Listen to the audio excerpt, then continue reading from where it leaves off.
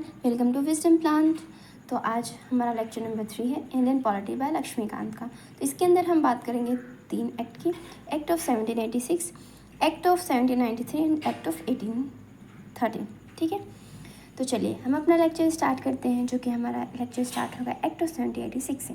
जो act of 1876 है, इस टाइम पे बने थे newly governor general of Bengal, जिनका नाम था लॉर्ड कॉर्नवालिस। जब lord Cornwallis governor general of Bengal बने तो इन्होंने 2 डिमांड रखी। पहले इनकी ये डिमांड थी over riding power over the council, मतलब कि जो उनकी काउंसिल थी उनको असिस्ट करने के लिए 4 मेंबर की उनके ऊपर उनको ओवर राइडिंग पावर चाहिए थी। ठीक है, द सेकेंड पॉइंट ये था कि वो मेंबर मतलब वो होंगे कमांडर इन चीफ। ठीक है, इन्होंने ये 2 डिमांड रखी और ये 2 डिमांड इनकी फुलफिल हुई, तो इसलिए आया हमारा एक्ट ऑफ 1786। ठीक है, ये थे इसके 2 features. Now coming to the charter act of 1793। जो चार्टर एक्ट ऑफ 1793 है, ये हमारा फर्स्ट चार्टर एक्ट है। इसके अंदर टोटल 4 चार्टर एक्ट्स हैं।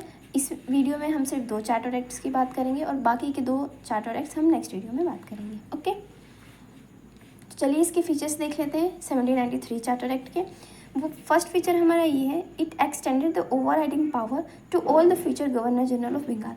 मतलब कि जो कॉर्नवालिस ने डिमांड रखी थी ओवर राइडिंग पावर, वो सारी जो ओवर राइडिंग पावर है वो आगे आने वाले फ्यूचर के गवर्नर जनरल ऑफ बंगाल को भी दी जाएगी। ठीक है, ये इन्होंने बढ़ाया। ठीक है, द सेकेंड पॉलिसी इनकी ये थी कि जो गवर्नर जनरल ऑफ बंगाल थे उनको और ज़्यादा पावर दे दी गई सब ऑर्डिनेट प्रेसिडेंसी के ऊपर। सब ऑर्डिनेट प्रेसिडेंसी कौन सी थी? बॉम्बे और मद्रास, जो कि मैंने आपको प्रीवियस लेक्चर में बताया था। ठीक है, फिर आता है हमारा थर्ड पॉइंट। थर्ड पॉइंट के अंदर हमारा ये है कि it extended the trade monopoly for 20 years. ठीक है, जो 20 ईयर्स के लिए जो थी वो ट्रेड मोनोपोली बढ़ा दी गई। अभी ट्रेड मोनोपोली क्या है? ट्रेड मोनोपोली मतलब कि यहाँ पे सिर्फ इंडिया में जो है वो ब्रिटिश ईस्ट इंडिया कंपनी ही ट्रेड करेगी। ठीक है, ये इनकी मोनोपोली थी और कोई ब्रिटिश कंपनी नहीं आएगी इंडिया में ट्रेड करने के लिए।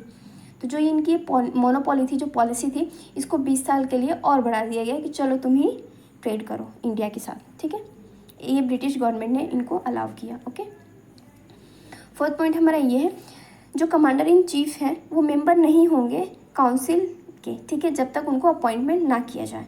ठीक है, ये हमारा फोर्थ पॉइंट था।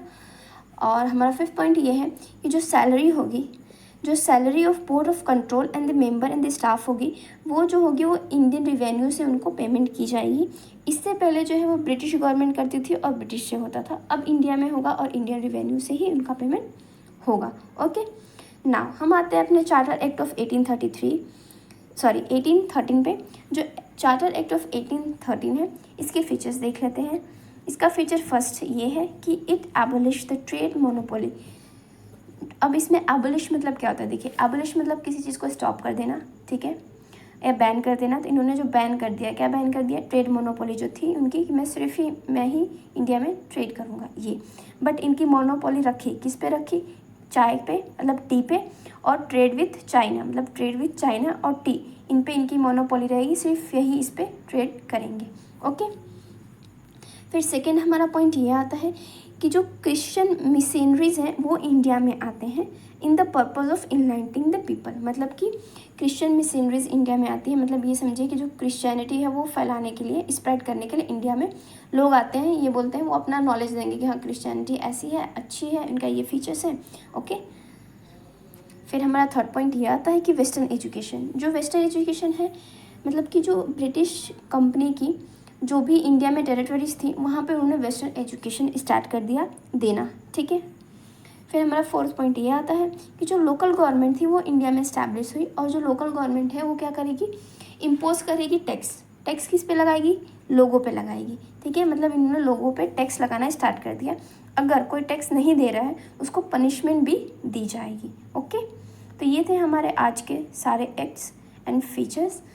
तो नेक्स्ट वीडियो में हम बात करने वाले हैं 2 चार्टर एक्ट्स की जो रह गए हैं। एक है 1833 एंड एक है 1853। ठीक है, अगर आपको ये वीडियो इन्फॉर्मेटिव लगी हो, अच्छी लगी हो, तो हमारे चैनल को ज्वाइन करें। टाटा, बाय बाय।